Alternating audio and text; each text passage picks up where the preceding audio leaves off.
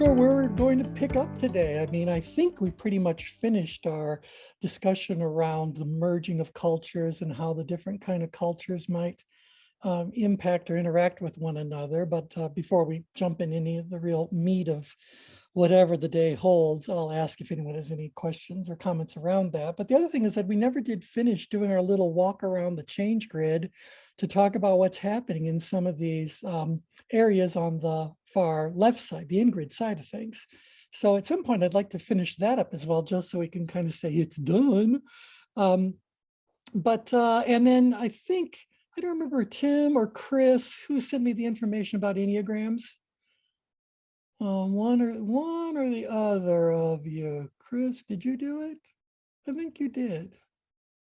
You're unmuted, Chris. Feel free to say something. Oop, apparently not. So anyway, but there's been some curiosity about the Enneagram and the degree to which it may overlay on the change grid. Hello, hey there. Okay, yeah, I have my mic muted on this end. Yeah, I sent that information over to you. I had a client that's using that model, and I've never heard of it before, and that's when I messaged you, and you said you were very familiar with it. Oh, yeah, Chris, the Enneagrams is ancient in its origins. I wouldn't begin to tell you what year it was actually first proposed, but it goes way back. Anybody on the call know how old Enneagrams are? Absolutely. I'm familiar with, I have a friend who is an absolute master at the Enneagram, and I've studied a little bit with her, but it goes back into like the 1400s, 12, you know, down into the Middle Ages, I think, from what I understand.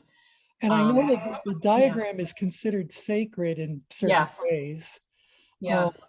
And I will tell you, the diagram itself does not overlay on the change grid, but Enneagrams gives rise to, if I'm not mistaken, 9 different points, I think is what they call them. Nine. I can't remember the terminology. Yeah, but I think they're called points. Types, 9 different types or points. Yeah. And I do believe that those 9 overlay on the change grid. So this is going to be one of those merges when we may very well have to set the diagram itself aside and instead figure out where do these different 9, we'll call them energies for now, reside.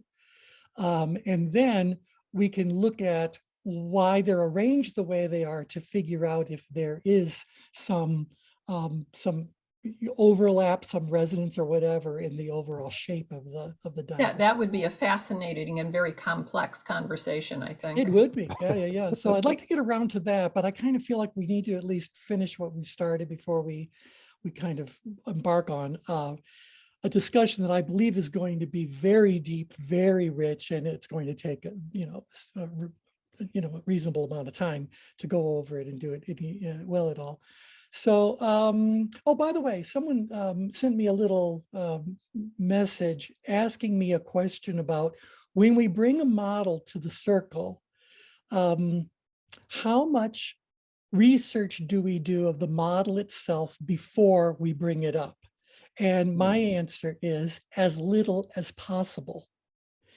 And my reason for that is because what initially interests me in another model is either A, the diagram, the map of humanity that it's created graphically, or if that's not something available, then as I just said about Enneagrams, what their conceptual model actually is. Well, we should be able, just at surface exposure, be able to determine if their model has any hope of overlaying on the change grid. And once it does have the ability to do that, then I think it's worth doing a deeper dive. But even still, as Kathy just indicated, she has an individual who's an expert at Enneagrams. Well, we're never going to go that deep into it. We just want to go deep enough to say, yes, this model does overlay. Yes, it does bring something distinct and beneficial to our understanding of how humans respond to different situations they happen to be in. And we believe we might actually be able to pay the bill back and contribute something to the people who really understand Enneagrams that helps them understand it in perhaps broader sorts of ways. So I'm really much looking forward to getting into that. But that's the reason why I don't do a deep dive. I'm perfectly happy with just taking a quick glance at a model and first exposure to it, just say, all right, what does this feel like? And Yeah, and often, as you guys have already experienced, I don't try to look up what the definitions of their different types are or their scales until we take a look at the model as they present it and see if we can pull some meaning out of it first. Once we've done that, then it's interesting to go, well, what did they mean by that particular axis, and on and on. So anyway, I know I'm babbling right now, but point is, it's going to take us a nice amount of time to work our way through the Enneagrams. And I believe that the Enneagrams are actually very widely known, very popular. It seems to be one of these things that it ebbs and flows as far as its prominence and popularity in our industry. But nevertheless, it's been around for a very long time, and that means it's got to have some merit. So let's figure out what that's really all about. Okay. With that said, there's one other thing I would like to just show you guys real quickly. Oh, here it comes. One moment, please. Ugh, something's happening to my computer. It doesn't want to, the keyboard doesn't want to respond. It's just plain rude. Maybe Linda's getting me a new computer for her anniversary tomorrow. Happy anniversary. Yeah, thank you all. You know, it's COVID kind of messed anniversaries up. So couldn't go anywhere, couldn't really do anything. And so last year was actually our 30th anniversary, and couldn't do anything because of COVID and all that. So this year, we're actually celebrating our 30th anniversary, even though technically it's 31st. All right, so I just want to visit the YouTube channel for just a second and show you guys where these videos all are. I want to make sure you know to get that. To get to our YouTube channel is Changework System. So you would actually need to search for Changework System if you really want to come directly to ours. If you just put in Changeworks, you're going to see several others. Ours is amongst them, but nevertheless, Changework System will get you directly here. Again, we're not really marketing this yet at any rate, right? So it's just growing into another file cabinet, some 250 videos up on it already. And this is where I've been putting things. So if you come to the website, you can see some of the most recent things and some of our playlists, as they call them. So the courses are all grouped together into playlists, etc. If you were to click on videos, you would then see in a reverse historical thing, at least that's how usually it's sorted. You can sort it by other things, but by reverse history, you'll see them all that are up there. And so we were doing our Likert layer deep dive up until about 3 weeks ago, got up to doing some 6 hours worth of talk around it. Then we started talking about life transitions. That was a couple. And then those life transitions kind of gave rise to a discussion about culture, which took us then into the 4 recordings we've done on the cultures that are in there. So just so you guys know, it's all really there. I do try to put it up rather quickly, but we can do that. So we do need to finish the Likert layer stuff, but I also wanted to bring to your attention that I've started uploading the tea time interviews. And so let's see if I can. He's also the creator of the fit. Are you guys hearing that video, the audio, or do I need to? Yes. All right, you guys can hear that? Yes. Yes. You're only going to watch 30 seconds of it. So just to get you a feel, any of you that are licensed, you're more than welcome to do a tea time video with me. This one was David Chinsky.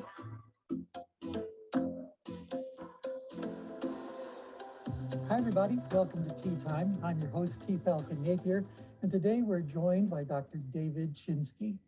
David is the so that's kind of like the vibe of it. And then we just went into an interview. He runs this Institute for Leadership Fitness, and during COVID, he had to flip this entire very formalized modular program from always being delivered live to always being delivered remotely.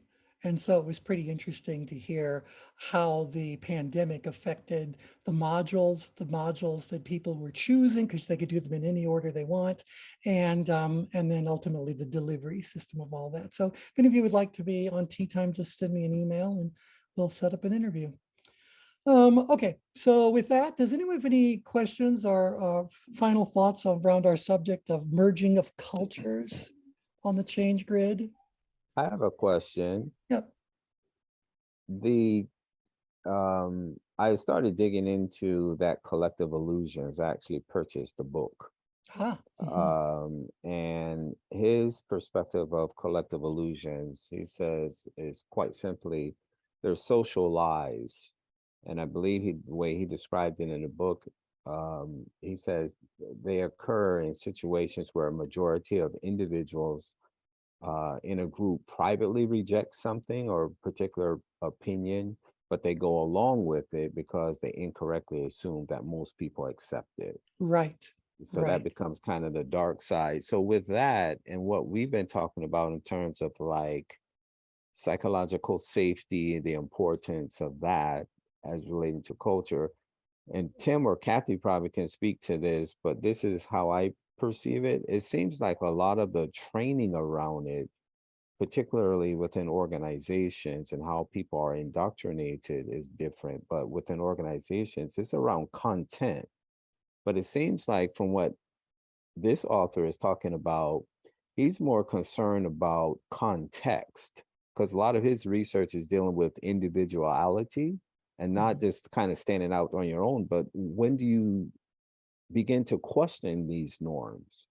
So it seems like in organizations, there need to be more training around context because you're dealing with identities and behaviors that, they're fluid. There's this ongoing kind of negotiation with social, contextual, communal narratives and forces that you can't necessarily account for with simply content in a training setting. Does that make sense? I'll Right, just so jump in quickly. I totally agree with you in concept.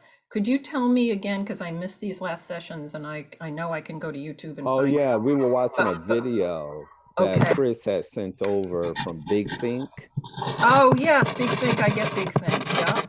Yeah, and it was about the author. His book is titled Collective Illusions. Okay.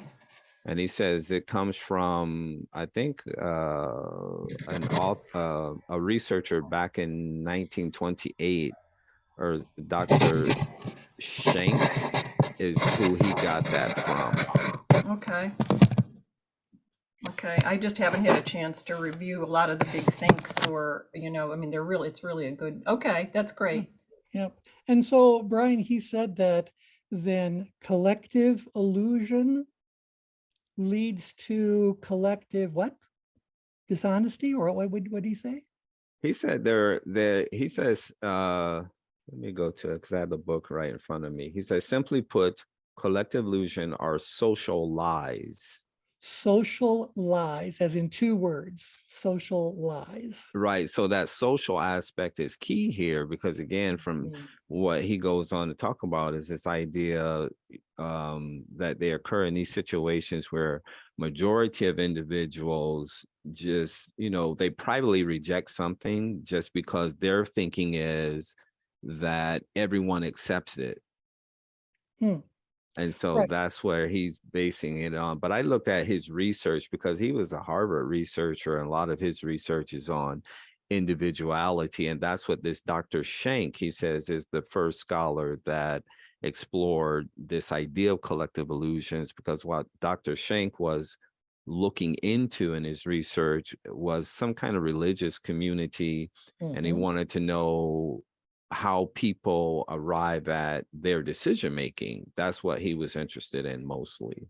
I mean, if I can just pipe in, I think everything has become context now because think about the words that are used by many different people, and depending on who you are, you're going to interpret them completely differently. Like the tag words that are out there, the trigger words that are out there, personal freedom, I mean, just a whole bunch of things and what that means to different people. And if you're not cued into context, particularly if you're from another culture, you're dead. I mean, you're at sea. It's just very difficult to sort all of that out and even begin to understand it. So that's my 2 cents about content versus context, because I think context has become more important than content these days. That's Right. And But so I that would don't, mean then that my set of illusions that I belong to the collective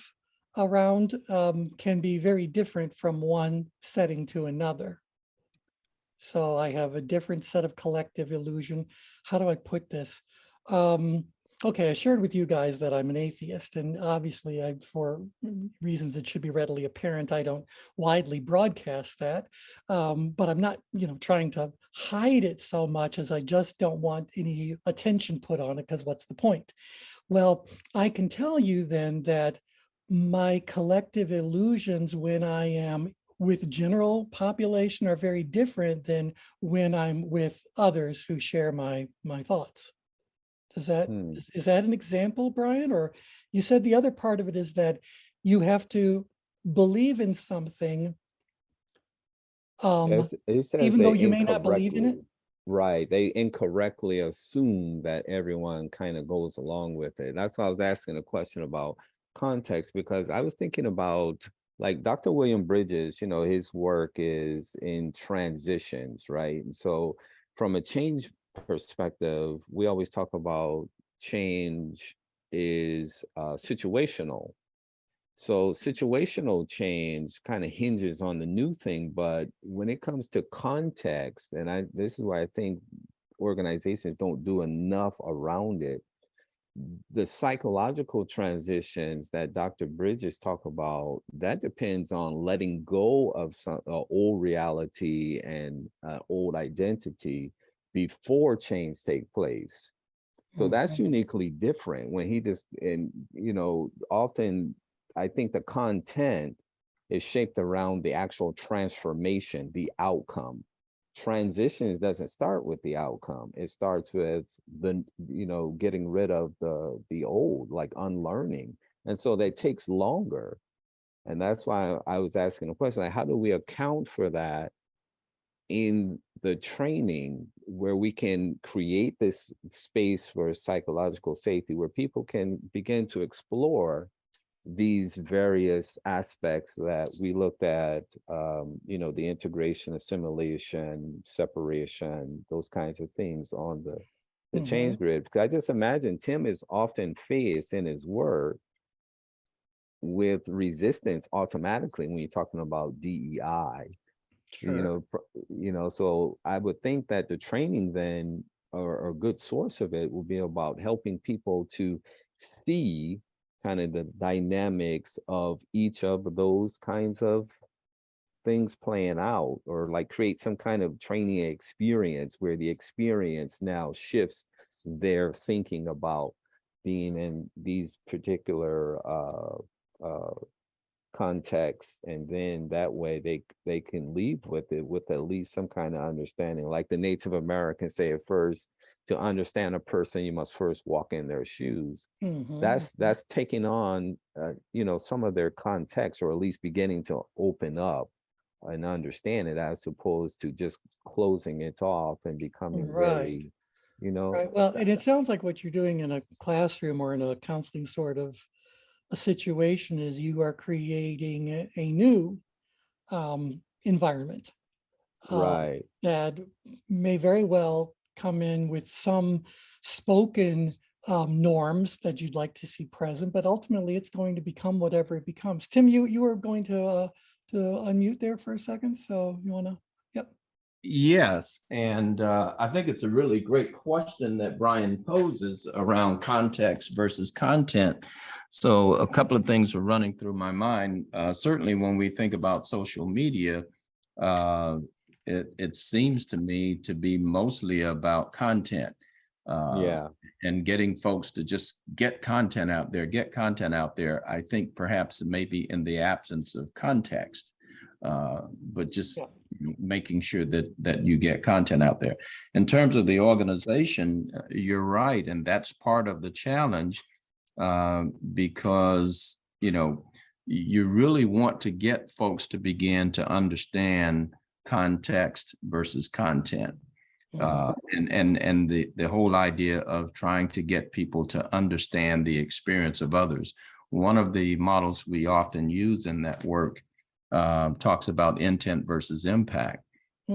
And I think through that intent versus impact, you're able to then begin to peel back this whole idea of context to try and make sure that the audience is really understanding what people are experiencing, because very easily what happens is people dismiss it by just saying, well, you know, that's just a bunch of victims that are complaining about their experience in the environment versus trying to understand from a contextual standpoint what's really going on. Interesting. Right. You know, I seen this, I experienced this, and you know, how they have these leadership trainings at local chamber of commerce. And so back in Florida, I did leadership of Ocala, and Dr. Gamson, Gamson, he's a professor emeritus at Boston College. He created what's called SimSoc, which is short for Simulated Society. And he comes and do these trainings, and you can actually see his book. I think they sell the leadership book and things like that on Amazon. But he takes the leadership and he put us into different classes of social classes of people, right? So like the rich class, they were in a boardroom unbeknownst to us, and they had like steak dinners and lunches. I was part of the poor class. And we literally didn't even have chairs in our room. Now, we were there for the whole day doing this training. We didn't have chairs in our room. Our lunch was literally in a styrofoam cup, and it was pea soup. And we had to negotiate with these other classes, and, you know, we bargained and we rioted and did all these things. So in the debriefing, when he was asking about how everyone felt, everyone was looking at me like, why were you so calm? Like, why weren't you like, you know, like emotional like we were? And I said, do you know where I'm from? I lived in developing countries, so it wasn't new to me, but I mean, you should have seen the emotions. And it was just a day training, but they were like flipping out. Yeah, we're gonna ride. They were cussing all kinds of things. It was amazing to see it in such a short period of time. But that's why he called it a simulated society. The idea was to create some kind of experience to where people can at least begin to understand. And that's what some of them left with, you know, this idea that they understand. That's brilliant. That's brilliant. Yeah. It's really interesting. And as you were going through it, I'm thinking, how is that actually playing out on the change grid? Well, obviously the people who had been separated are upgrid when they realize they've been separated. Yeah, you know, that's a very upgrade kind of thing. And you were told, or they felt marginalized, or, you know, they were definitely over here somewhere, as opposed to being assimilated or integrated.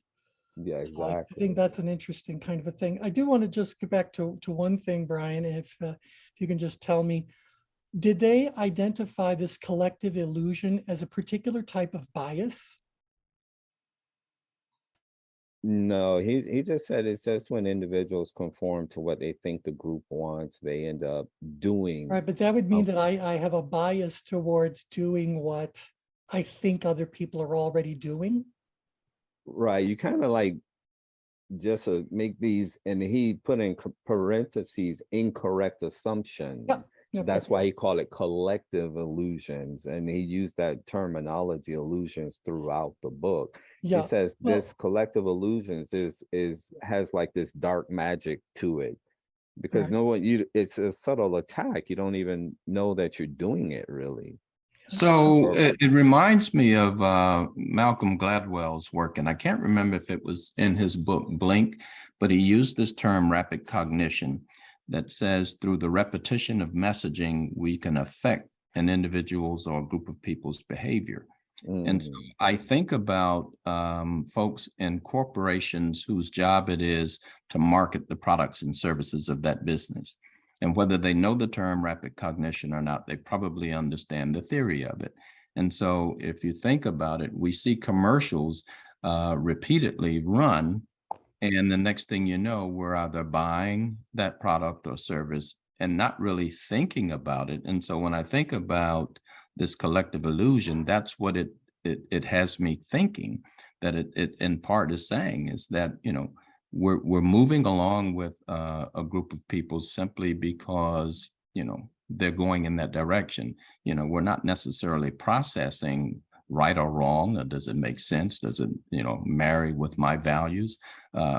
But through the popularity or the influence of it, we find ourselves behaving in organizations in a particular way.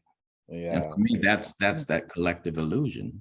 Exactly. It sets up this choice architecture is what I was thinking, because what you just described, we go through this like in the grocery stores, right? So you go in, they put a lead generating item in there, then your brain can associate, if it's like laundry detergent, your brain can associate dryer sheets and all these other things. And so they always line everything up right around it. And so you unconsciously say, oh, well, I have this, so I can get this. And they practice this with kids to eat more vegetables. They found if they put them at the beginning of the lunch line, they wouldn't take it. And so they kept experimenting with setting up the environment where they're most likely to take it. And that was almost near the end. Well, Because Brian, the plate's too full. Brian, I'm a perfect example of that. And I often tell this story in my work. When I was a kid growing up, my mom used Tide to do the laundry. Never asked her why. All I know is when I needed clean clothes, they were available. But I do remember seeing Tide in the laundry room. So I go off to college. I'm 17 years old, miles away from home, and I'm in a grocery store looking for laundry detergent because I got to do my laundry. Well, what do you think I bought? Tide. Right. And I shared that once in a nuclear power plant, and this guy raises his hand and he looks at me and says, hey, Tim, it's been scientifically proven that cheer outperforms Tide. And everybody breaks out laughing. I'm like, dude, that's not the point.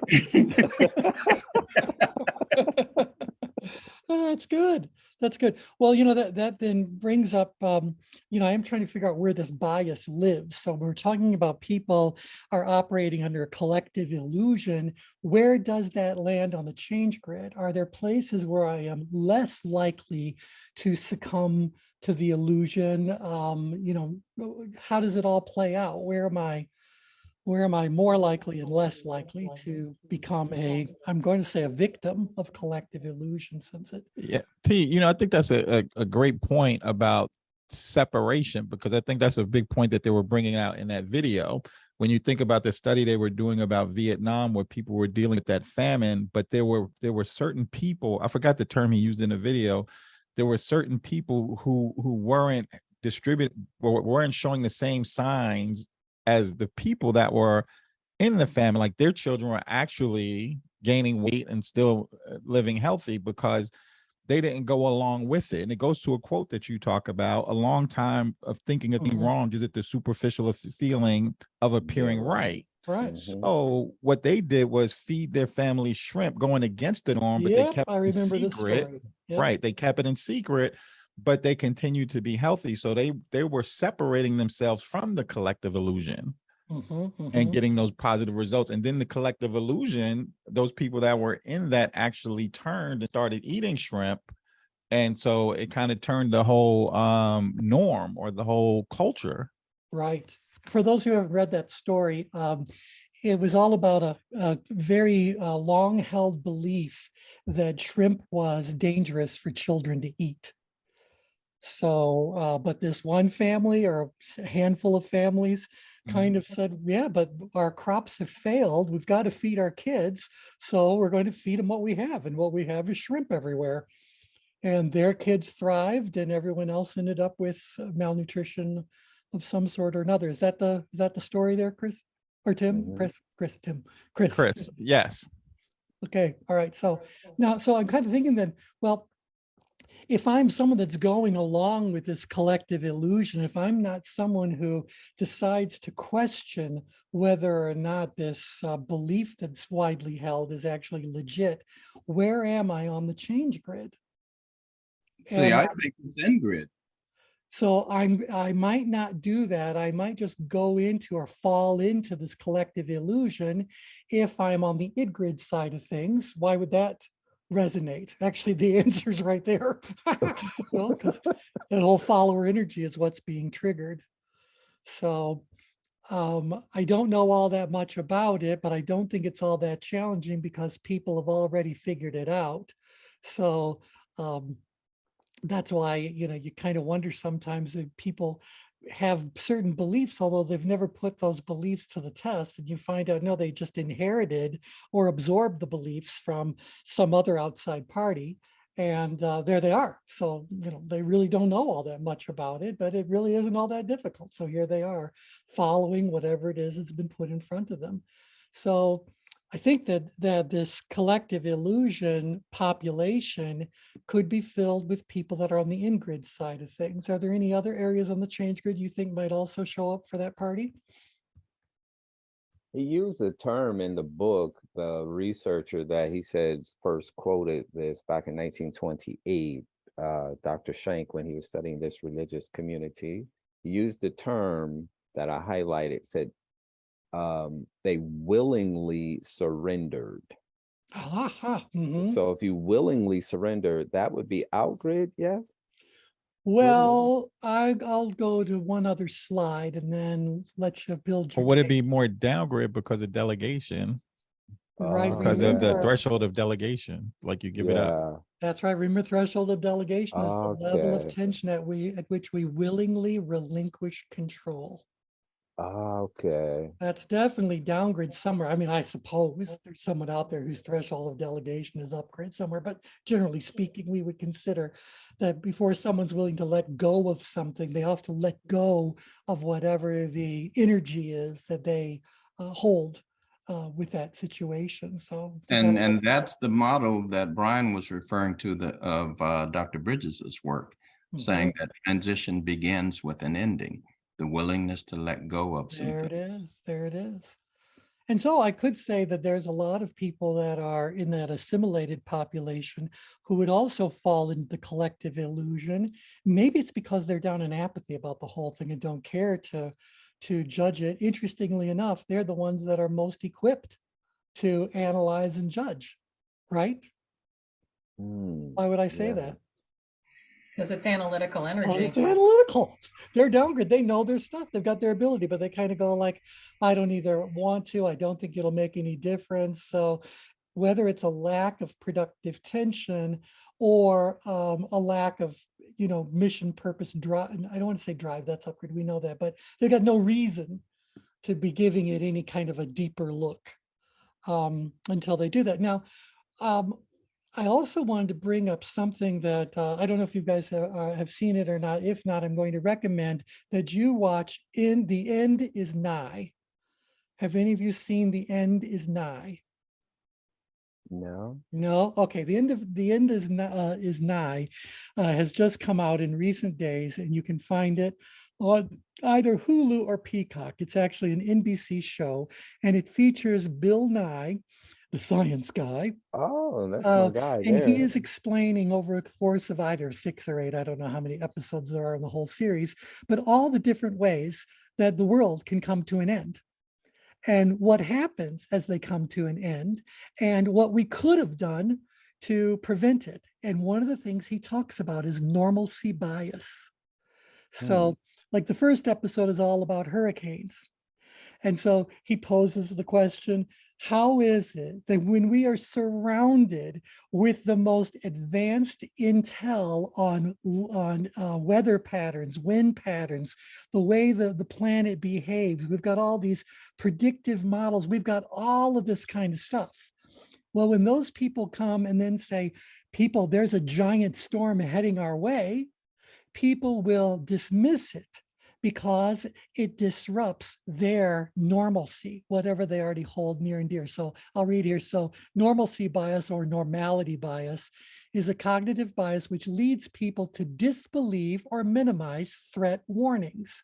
Consequently, individuals underestimate the likelihood of a disaster, when it might affect them, and its potential adverse effects. The normalcy bias causes many people to not adequately prepare for natural disasters, market crashes, or calamities caused by human error. About 70% of people reportedly display normalcy bias during a disaster. So it was really interesting, and it's a good show to watch. It's really very well produced. Seth MacFarlane is behind the whole thing, so it has a certain wit and humor to the whole thing, but it's really fast paced. It's interesting. So the first episode is all about hurricanes, and the second one is all about volcanoes. So as they work their way through all, oh, by the way, he dies in every episode. So you got to kind of watch how is this finally going to get Bill? So but anyway, this whole idea about normalcy bias. So when I heard that, I was wondering, is normalcy bias also collective illusion? Because it sounded like collective illusion's definition contained this element that a large group of people believe that something is true,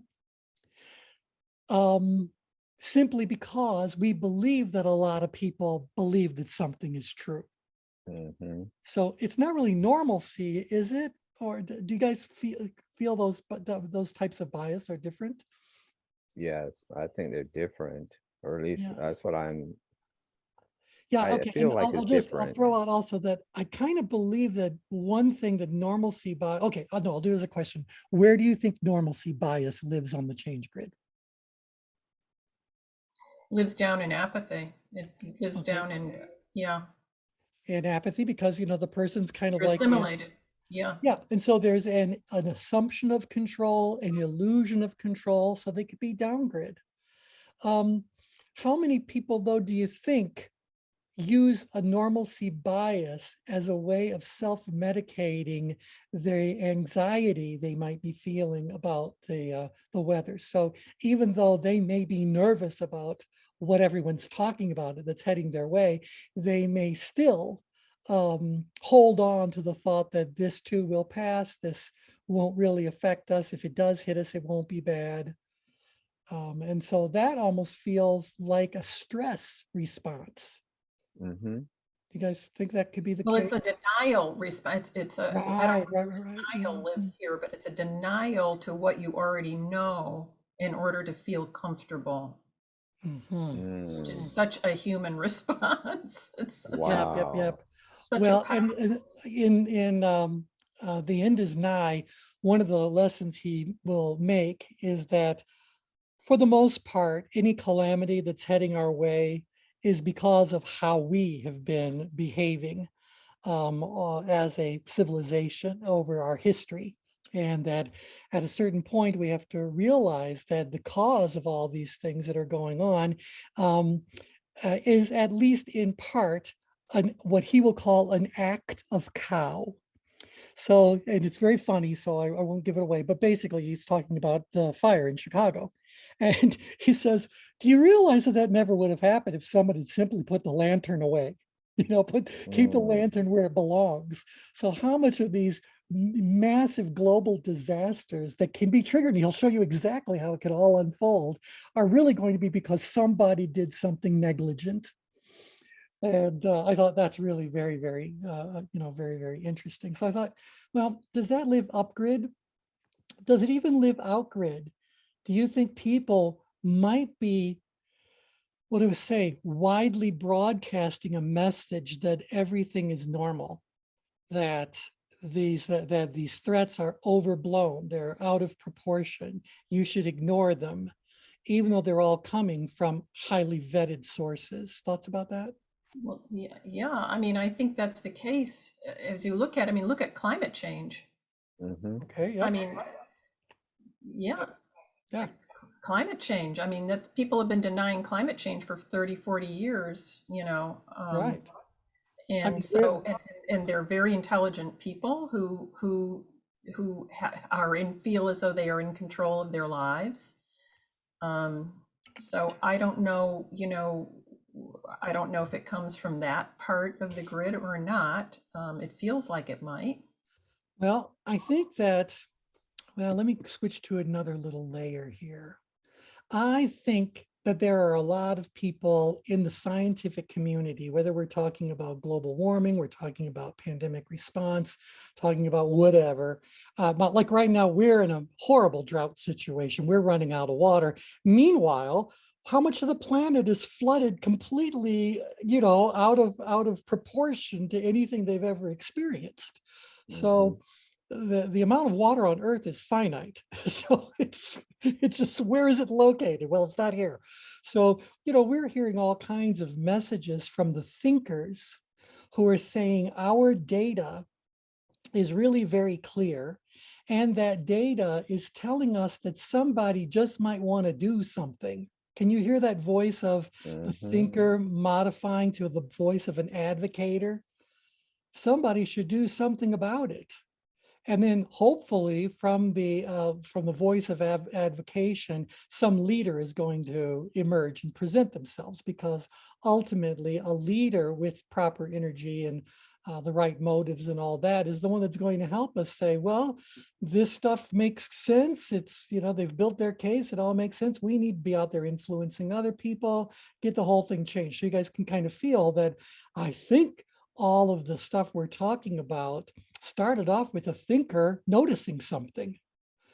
Well, the moment that thinker started noticing something and advocating for change, rather than a positive leader appearing, what if a leader with different motivations took that particular situation by the horns?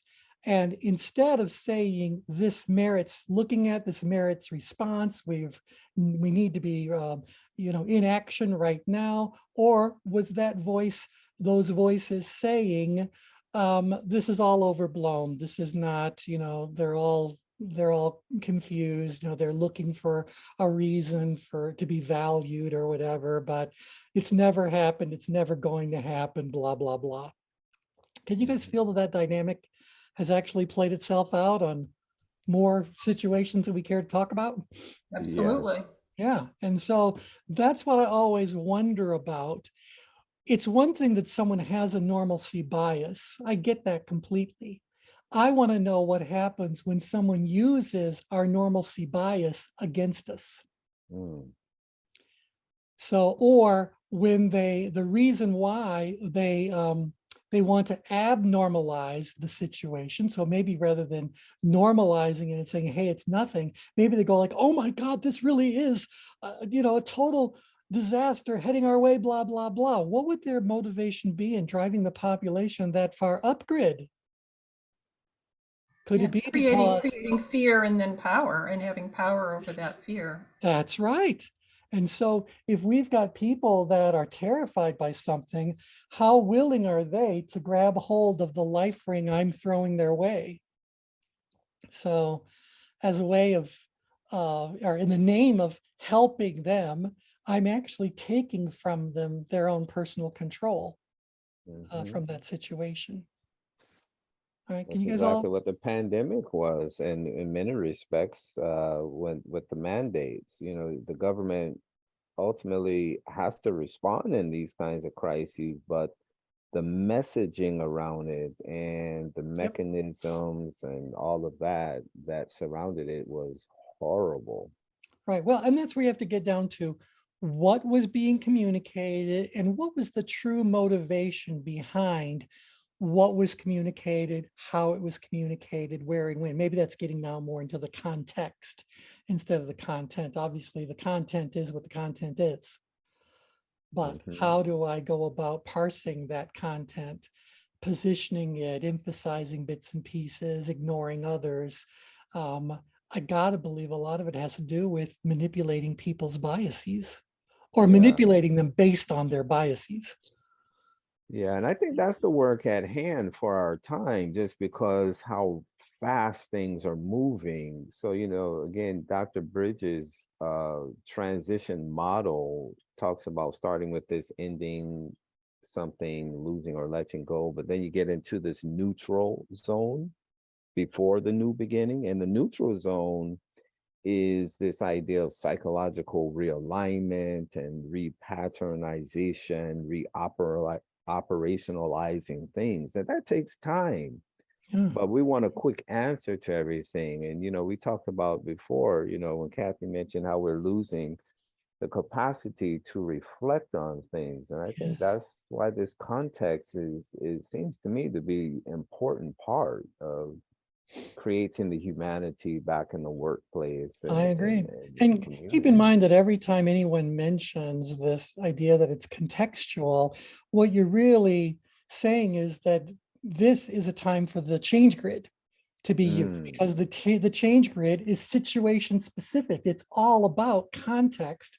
If anything, it says, based on where you land on the change grid, we may very well be able to predict the content that you will share, not share, clarify, distort, generalize, whatever, based on the context of where you are on the change grid. I mean, every one of these positions on the change grid creates its own context. Yeah, am I up grid? I'm in a life or death situation. Oh no, I'm just, it's another day. Oh, this is just something I have to deal with, whatever, wherever it happens to be on the change grid. So let me read you one more little line here. What do you guys know what the opposite of normalcy bias is? All right, I'll tell you what they say. So normalcy bias has also been called analysis paralysis, the ostrich effect, and by first responders, the negative panic. The opposite of normalcy bias is overreaction, or worst case scenario bias, in which small deviations from normality are dealt with as signals of an impending catastrophe. So you guys remember from your training that I said the further upgrade someone is, the more likely they are to awfulize. And we spell that as two distinct words, awful and lies. So up here, they're beginning to believe, verbalize in their head and outwardly a whole bunch of stuff that is a distortion of reality, because that's what happens when you're upgrade. Reality takes a back seat to whatever emotionally ruled reasoning and decision making comes along, and puts things in an unhealthy kind of light. So I can certainly see where I might want to use normalcy bias as a counter to the worst case scenario bias, or the overreaction. And I might want to use the worst case scenario bias as a way to get someone who is, what do we say, drowning in a normalcy bias, or, blissfully, as they said, with your head in the sand, an ostrich effect. So can I use these biases as tension management tools? That's interesting. Well, So- I've often heard people, throw these terms around. People who were in normalcy bias will just say, oh, they're just creating worst case scenarios. Yeah. And other, and the other side will do the same thing. And it's just learning how to talk to one another and getting to somewhere in the middle. But I think these terms are often used against one another as ways for people to stay in the place that they are, is to defend their states too. Those actual terms. Right.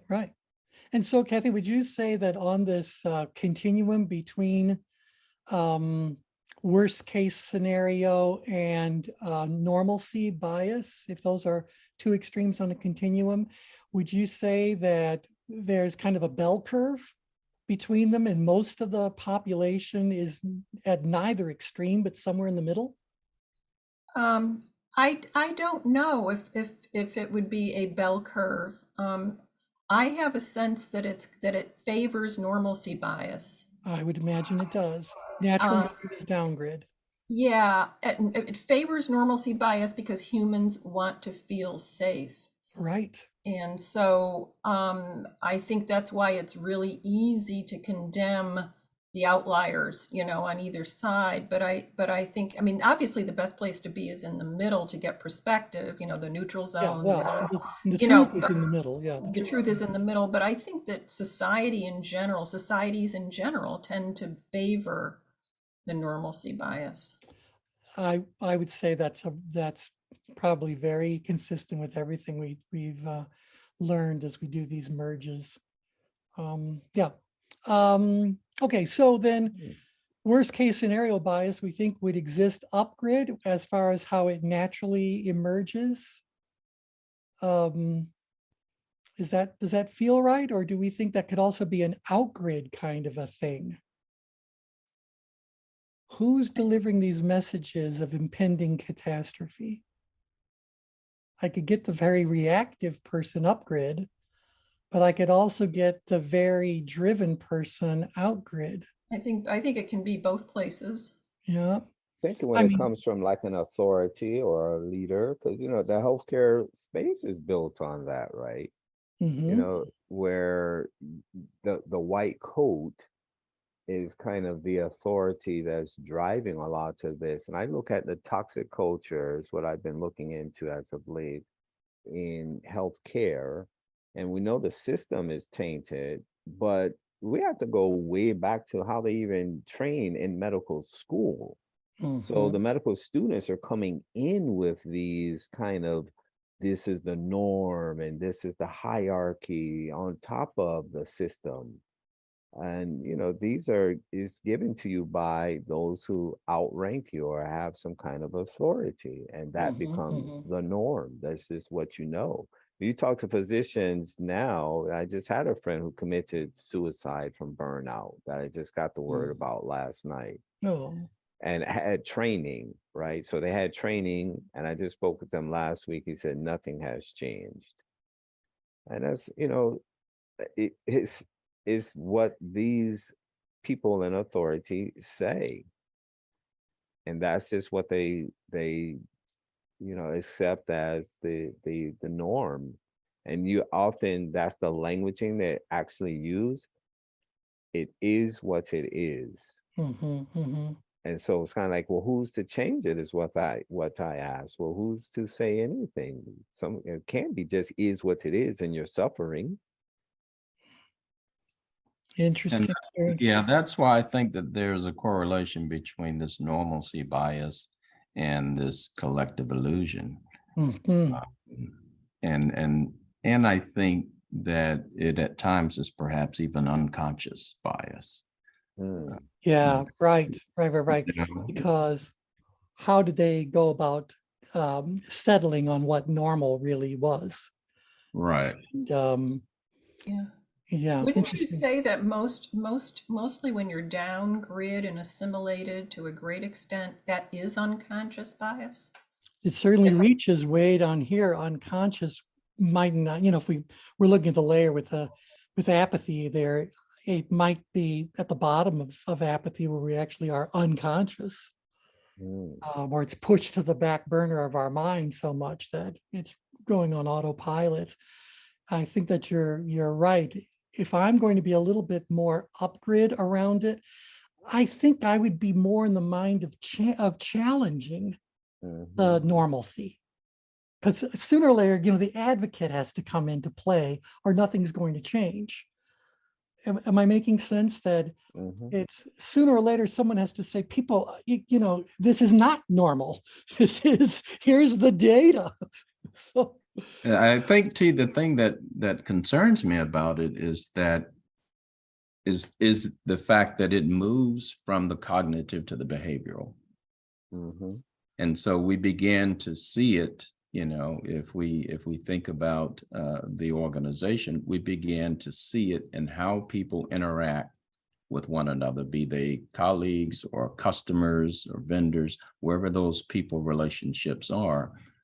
What do we begin as an organization to see revealed in the behavior of folks? Right now, do you think that between, you characterize this before behavior, they are where? Word did you use to describe this? The cognitive bias? Cognitive. So do you think that at a certain point, before they actually do something about it, they went from cognitive to limbic? You know, did they need to have at least a little bit of those that predictive, emotional kind of stuff, some energy of the upgrade type around there, even if it's just an expressive, analytical energy? Do you think it has to do that? If it just stays in the cognitive, do you think you're going to see all that much, you know, put forth in terms of change? Well, I think that's where that distinction between conscious and unconscious happens. Ah, very good. And so first I had to become conscious. maybe what made me more conscious of it was that movement into the expressive analytical. That's a little bit of limbic awakening. Brian, are we making stuff up, or does that make sense? No, you're right, because see, that's the experience of the experience matters, right? Because like what I was just saying about my friend, we went to medical school together, but I've always been sort of a polymath, and so I don't think traditionally. And so that's been a saving grace for me, because I said, okay, I don't have to be part of the system. You know, I can do other things. And that's exactly what I've done since I've been in the States here, and not have to be bothered with it. But for those who, you know, as say, bought the Kool-Aid or drank the Kool-Aid, so to speak, they're thinking traditionally, this is the only way that I can do this to work my way up in terms of my career. And if I can comment here organizationally, what happens is, I mean, norms get structured and get codified by all of the systems that we put in place in organizations, whether it's healthcare or a business or whatever, that says, here are your measures, here are your rewards, here's how you're trained, here's all your human resources programs. I mean, that's the codification process that normalizes behavior, whether it's healthy or not. And it's incredibly difficult to break once it's been ossified into the structure and policies and programs of the organization. Yep.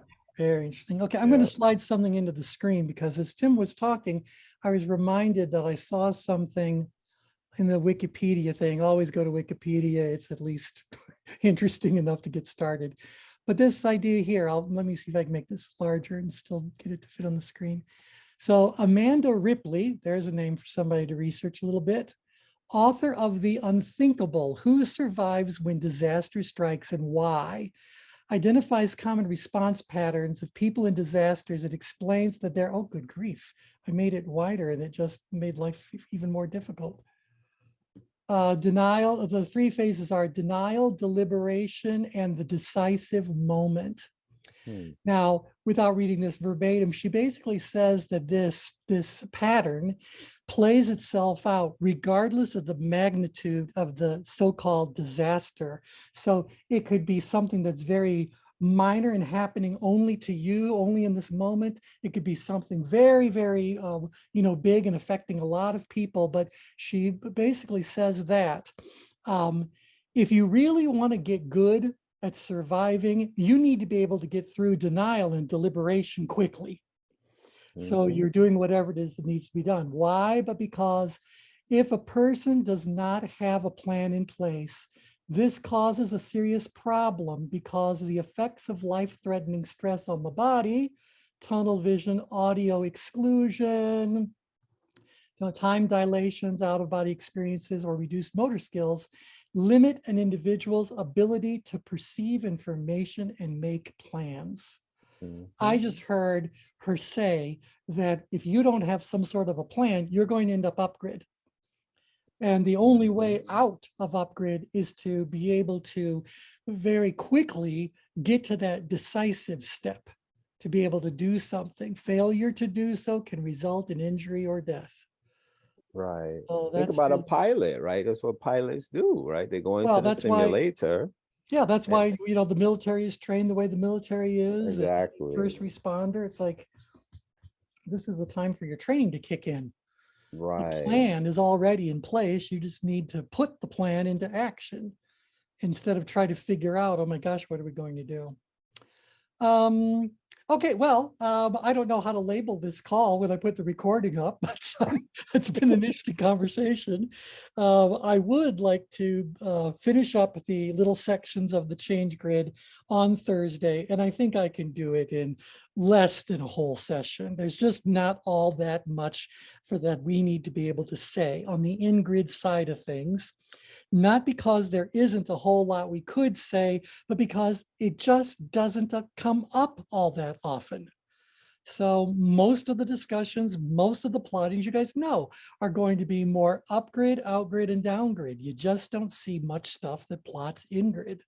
So, but nevertheless, I feel I need to complete that. So perhaps we'll do that on Thursday, but next Tuesday, I would like to be able to start our discussion on Enneagram. So put that in the back of your head, mull it over, and we'll take care of it when we get going. So with that, thank you all very much for joining in. Have a wonderful, wonderful day. Great conversation. Thanks. Everybody. Have a great day.